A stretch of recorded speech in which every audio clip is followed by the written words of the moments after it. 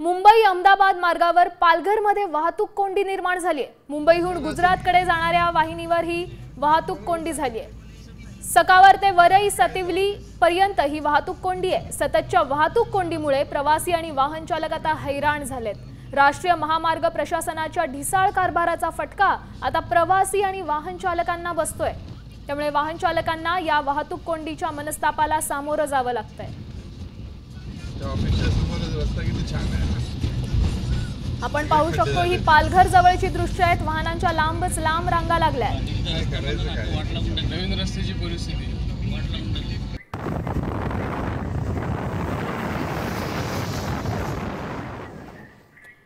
नंदुरबारमध्ये मुसळधार पाऊस सुरू आहे। सातपुडा पर्वतरांगेत गेल्या 48 तासांपासून मुसळधार पाऊस पडतोय। सततच्या पावसामुळे सातपुड्यापर्यंत सोन नदीला मोठा पूर आलाय। अक्राणी तालुक्यातील सोन गावाजवळ असलेल्या नदीला पूर आलाय। पूर पाण्याखाली गेल्यामुळे 12 गावांचा संपर्क तुटलाय। सोन नदीवरील पुलाच्या दोन्ही बाजूला वाहतूक आता ठप्प झाली आहे। नंदुरबारमध्ये मुसळधार पावसाने हजेरी लावली आहे।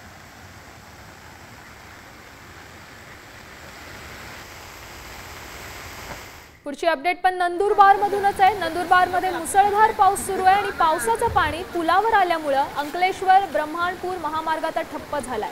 अक्कलकुवाहून तळोद्याच्या दिशेने जाणाऱ्या महामार्गावर वन्यविहार गावाजवळ नदीला पूर आलाय। याचा फटका 12वी बोर्डाच्या हिंदी विषयाच्या पेपरला जाणाऱ्या विद्यार्थ्यांना बसलाय।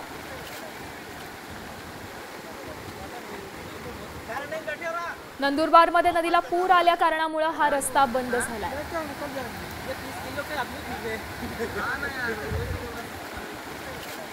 बातमी पुण्यातून आहे। पुण्यात झालेल्या पावसामुळे 4 दिवसात खडकवासला धरणातून 1.75 टीएमसी विसर्ग करण्यात आलाय। गेल्या वर्षीच्या पूर परिस्थितीमुळे धरणातील पाणीसाठा हा 65% स्थिर ठेवण्यात येतोय। गेल्या 4 दिवसात खडकवासला धरणात 12 मिलीमीटर पाऊस झालाय। वरसगावमध्ये 52 मिलीमीटर आणि टेमघरमध्ये 34 मिलीमीटर पाऊस झालाय। 65% पाणीसाठा झाल्यानंतर विसर्ग करण्यात येतो। 4ही धरणं मिळून आता 41% पाणीसाठा आता जमा झालाय।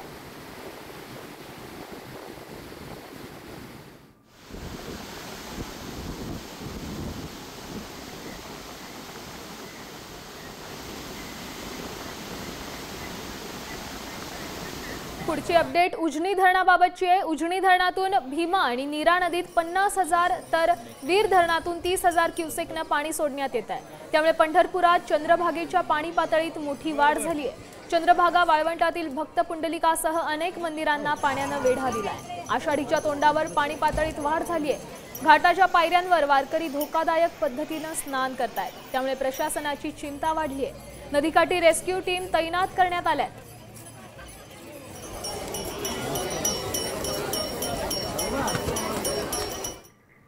तर गोदावरीच्या पाणी पातळीत देखील घट झाली आहे। पूर परिस्थिती कायम आहे। म्हणजे घट झाली असली तरी ही पूर परिस्थिती कायम आहे। दुतोंड्या मारुतीच्या पायापर्यंत हे पाणी आहे। गंगापूर धरणातून विसर्ग कमी करण्यात आलाय।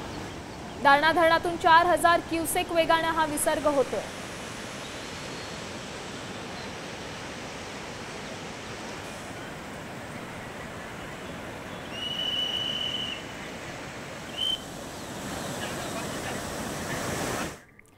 आता एक मोठी बातमी पाहूयात। शक्तीपीठ प्रकल्पावरून संजय राऊतांनी सरकारवर गंभीर आरोप केलाय। स्वतःचे खिसे भरण्यासाठी शक्तीपीठासारखे प्रकल्प राबवले जातात आणि अशा प्रकल्पातून मिळवलेला पैसा आमदार खासदार विकत घेण्यासाठी वापरण्यात येतो, असा गंभीर आरोप राऊतांनी केलाय।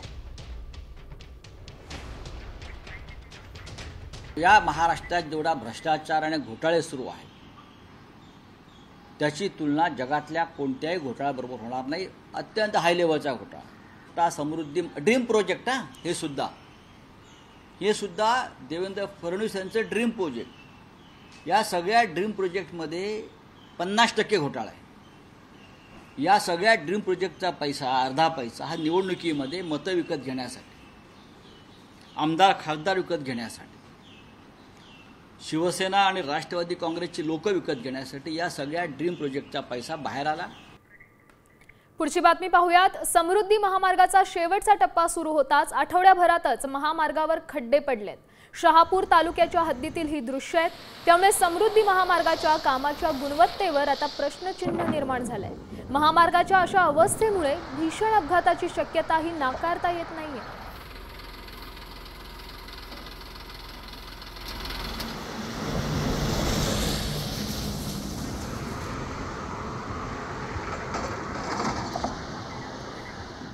पुढची बातमी पाहूयात. संसद तसंच विधिमंडळाच्या अंदाज समितीचे अध्यक्ष आणि सदस्यांसाठी चक्क चांदीच्या थाळीतून पंचपक्वानांचा बेत करण्यात आला होता. यासाठी चांदीच्या एका थाळीचं भाडं होतं 550 रुपये तर भोजन होतं 4000 रुपयांचं. म्हणजेच एका खासदार किंवा आमदाराच्या भोजनावर राज्य विधिमंडळानं 4500 रुपये खर्च केले. संसद आणि राज्य विधिमंडळातील अंदाज समिती त्यांचे अध्यक्ष आणि सदस्यांच्या 2 दिवसीय राष्ट्रीय परिषदेचा मंगळवारी मुंबईत समारोप झाला. अर्थसंकल्पातील तरतुदींचं उद्दिष्ट साध्य करण्यासाठी काटकसरीच्या शिफारसी करण्यासाठी ही जबाबदारी ज्या अंदाज समितीवर असते त्या समितीच्या परिषदेतच चांदीच्या ताटातून पंचपक्वान्न देत असल्याचं राज्य निधीची उधळपट्टी करण्यात आल्याचा आता आरोप होतो.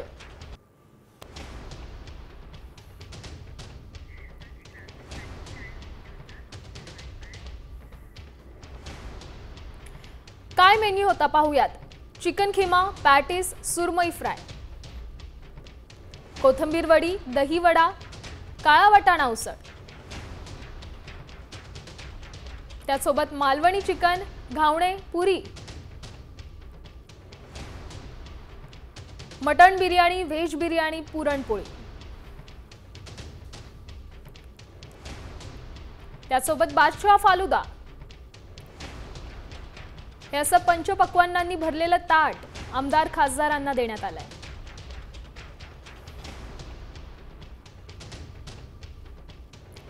शाही भोजनासाठी आलिशान वॉटरप्रूफ शामियाना देखील बांधण्यात आला होता. त्यासोबत रेड कार्पेट, दिव्यांची देखणी झुंबरत पण होती. मौशार खुर्च्या आणि आरसा असलेले पंचतारांकित वॉश होते. स्वागतासाठी विधिमंडळाबाहेर 40 फूट उंचीच्या फलकांच्या भिंती देखील होत्या. अंदाज समित्यांचे अध्यक्ष, सदस्य असे 250 विशेष आणि 350 अधिकारी सहभागी होते. पुढची बातमी पाहूयात. भारताचे शुभांशु शुक्ला आज अंतराळात झेपावणार आहेत. त्यांच्यासह 4 अंतराळवीरांना घेऊन जाणारी एक्झिओम 4 मोहीम आज सुरू होईल. भारतीय प्रमाण वेळानुसार दुपारी 12:01 हे यान अंतराळाकडे झेपवेल.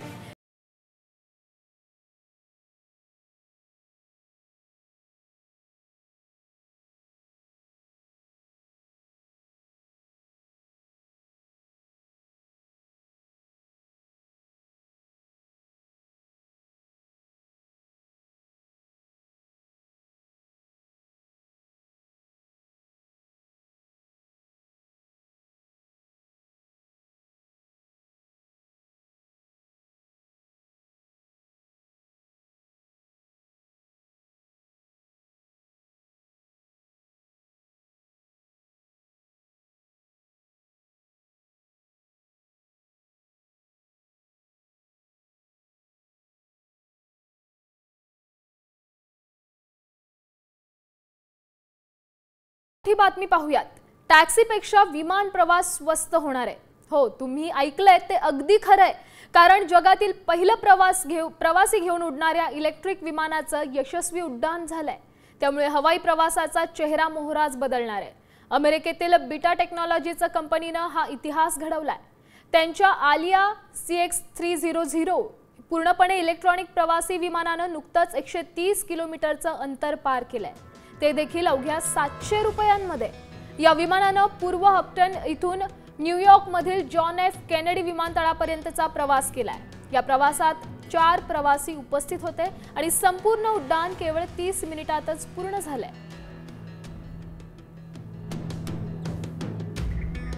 पाहुयात नेमका टॅक्सीपेक्षा हा विमान प्रवास कसा स्वस्त होईल. इलेक्ट्रिक विमान आलिया CX-300चं पहिलं उड्डाण यशस्वी झालंय. 30 मिनिटातच 130 किलोमीटरचा प्रवास केलाय. 130 किलोमीटरच्या हवाई प्रवासाला केवळ 700 रुपये इतकाच खर्च आलाय. इंधनावर उडणाऱ्या हेलिकॉप्टरसाठी 13,500 रुपये खर्च येतो. इलेक्ट्रिक विमान पूर्ण चार्ज झाल्यानंतर नॉन स्टॉप 463 किलोमीटर अंतर पार करणार आहे. 130 किलोमीटरचा प्रवास हा टॅक्सीचा आहे 3000 ते 4000 रुपये, पण इलेक्ट्रिक विमानाचा खर्च आहे निव्वळ 700 रुपये. हेलिकॉप्टरचा आहे 13500 रुपये, तर इलेक्ट्रिक विमानाचा आहे 700 रुपये.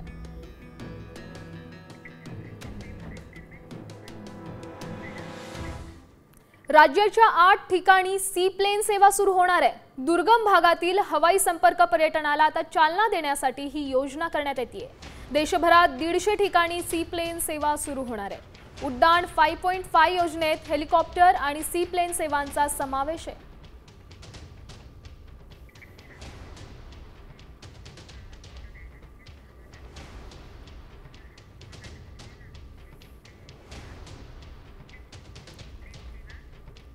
कुठे सुरू होणार आहे सी प्लेन सेवा पाहूयात. धोम धरण, वाई, सातारा, गंगापूर धरण, नाशिक राज्यात या ठिकाणी ही सेवा सुरू होईल. खिंडसी धरण, नागपूर कोरडी धरण, मेहकर बुलढाणा, त्यासोबत पावना धरण, पावनानगर पुणे, पेंच धरण, पारशिवनी नागपूर, गणपतीपुळे, रत्नागिरी या ठिकाणी देखील ही सी प्लेन सेवा सुरू होण्याची शक्यता आहे.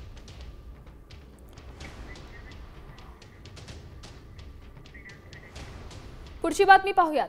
अमेरिकेचे राष्ट्राध्यक्ष डोनाल्ड ट्रम्प यांना नोबेल पुरस्कारासाठी आणखी एक नामांकन देण्यात आलंय. अमेरिकन काँग्रेसन बडी कार्टर यांनी ट्रम्प यांची या पुरस्कारासाठी निवड केली आहे. इस्रायल आणि इराणमध्ये युद्धबंदीची श्रेय ट्रम्पना देत हे नामांकन देण्यात आलंय.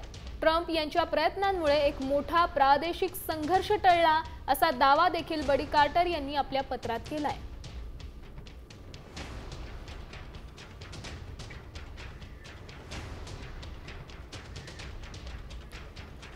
डोनाल्ड ट्रम्प यांना नामांकन मिळालंय नोबेल शांतता पुरस्कारासाठी.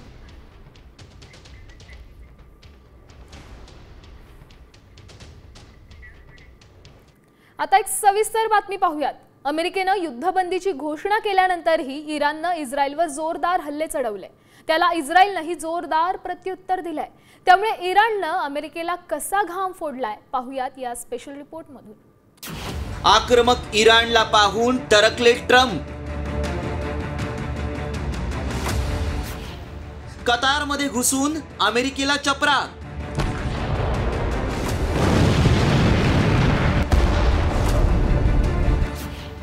अन्याय अमान्य, खोमेनींची गर्जना.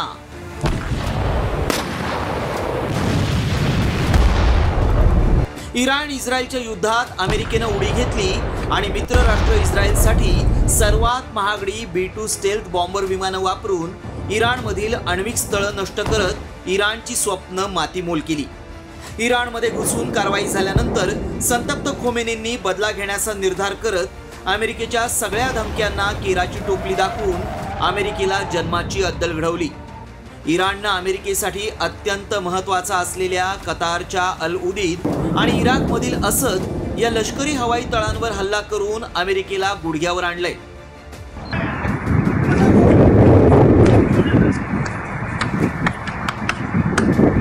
इराणच्या आक्रमक हल्ल्यानंतर अमेरिकेत बसलेल्या ट्रम्प प्रशासनाची तंतरली आणि पहाटेच महासत्तेच्या प्रमुखांना धडाधड ट्विट करत युद्धविरामाची घोषणा करावी लागली. इराणनं इराकमध्ये घुसून केलेला हल्ला म्हणजे अमेरिकेचे कान फटकावल्याचं म्हणत इराणी जनतेनं जल्लोष केलाय.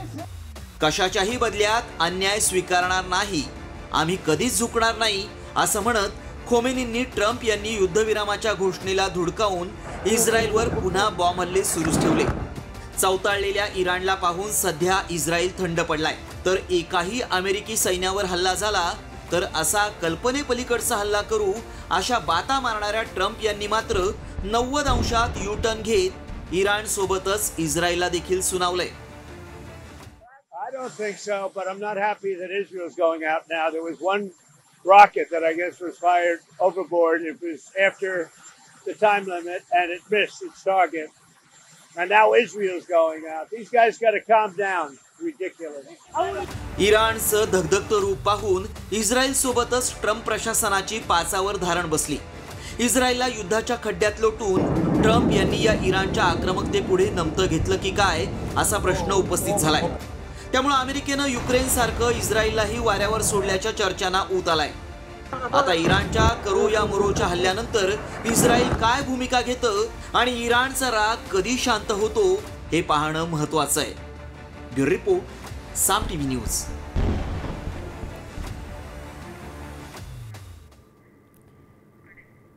आता यानंतर पावसासंदर्भातले महत्त्वाचे अपडेट्स जाणून घेऊयात मान्सून 20 मधून। समुद्रात आजही 3.5 मीटरहून अधिक उंचीच्या लाटा उसळणार आहेत। यामुळे मोठ्या भरतीच्या वेळी नागरिकांनी समुद्रकिनारी न जाण्याचं आवाहन करण्यात आलंय।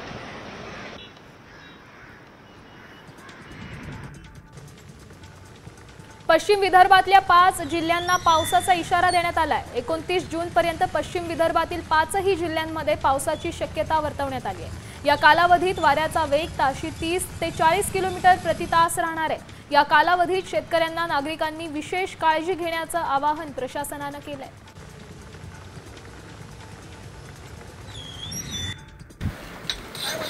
मावळात मुसळधार पाऊस सुरू आहे। भात पिकासाठी प्रसिद्ध असलेल्या मावळात भात लागवडीला शेतकऱ्यांची लगबग सुरू झाली आहे। मात्र त्यासाठी लागणाऱ्या अवजार दुरुस्तीच्या कामालाही वेग आलाय। आपल्या घरातील शेतीसाठी लागणाऱ्या अवजारांची दुरुस्ती करून भात लागवडीला शेतकरी सुरुवात करतोय।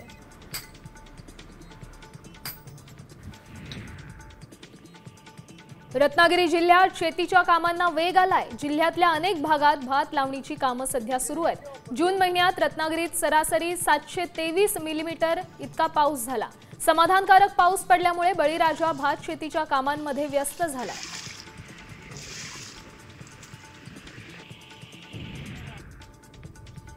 यवतमाळ जिल्ह्यात पेरणीची गती कमी झाली आहे। केवळ 29% क्षेत्रावर लागवड झाली आहे। जिल्ह्यात पावसाने पाठ फिरवली आहे। त्यामुळे पेरणीसाठी शेतकरी दमदार पावसाची वाट पाहतोय।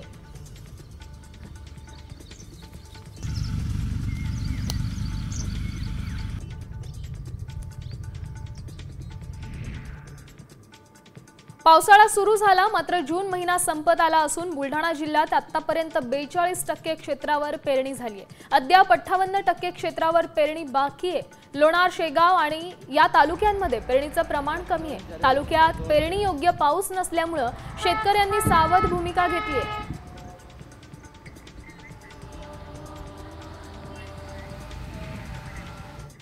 बातमी अहिल्यानगरमधून आहे। अहिल्यानगर जिल्ह्यातील राहुरीच्या चिंचोली इथं प्रवरा नदी पात्रातून अवैधपणे वाळू उपसा करून वाहतूक करणाऱ्या टोळीवर पोलिसांनी मोठी धडक कारवाई केली आहे। या कारवाईत 3 आरोपींसह 28,08,000 रुपयांचा मुद्देमाल जप्त करण्यात आलाय। तर 4 आरोपी अजूनही फरार असल्याची माहिती पोलिसांनी दिली आहे। तसंच गावठी हातबत्तीची विक्री करणाऱ्या एका महिलेवरही स्वतंत्र गुन्हा दाखल करण्यात आलाय।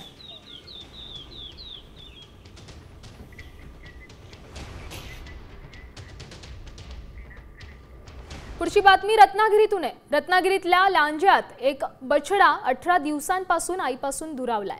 त्याच्या भेटीसाठी वनविभाग शर्थीचे प्रयत्न करत आहे।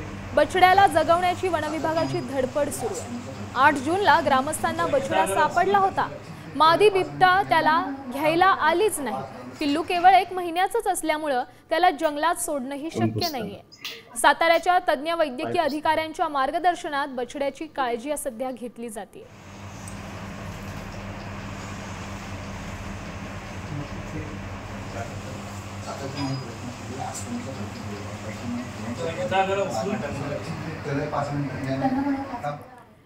पुढची बातमी पाहूयात। पालखी दिवेघाट चढताना वारकऱ्यांच्या मंगळसूत्रावर डल्ला टाकणाऱ्या टोळीला अटक करण्यात आली आहे। पुणे पोलिसांनी 6 गुन्हे उघड करून 6 आरोपींना अटक केली आहे। वारकऱ्यांचे मोबाईल आणि महिलांचे चोरी करणाऱ्या 6 महिलांच्या टोळीला आता अटक करण्यात आली आहे। या टोळीकडून 22.5 तोळे वजनाचं 20 सोन्याचे मंगळसूत्र, गंठण असे दागिने तर 14 मोबाईल हँडसेट असा सुमारे 24 लाखांचा मुद्देमाल जप्त करण्यात आलाय। पालखीचं आगमन पुणे शहरामध्ये झालं होतं। ह्या पालखीच्या निमित्तानं लाखो भाविक ह्याच्यामध्ये सहभागी होते। चेन स्नॅचिंग करणाऱ्या टोळ्यासुद्धा ॲक्टिवेट झाल्या। ह्या अनुषंगानं आम्ही गुन्हे शाखेमार्फत कारवाई केली असता जवळपास 20 मंगळसूत्र आणि गंठणं ही काही महिलांकडनं ताब्यात घेण्यात आली आहे. ह्यासोबतच जवळपास एका गँगकडनं 14 मोबाईल हे सुद्धा हस्तगत करण्यात आले आहे. हे गंठनांपैकी कोणाचं काही चोरीला गेलं असेल ह्या गेल्या 3 दिवसाच्या कालावधीमध्ये तर त्यांनी आमच्याशी संपर्क साधावा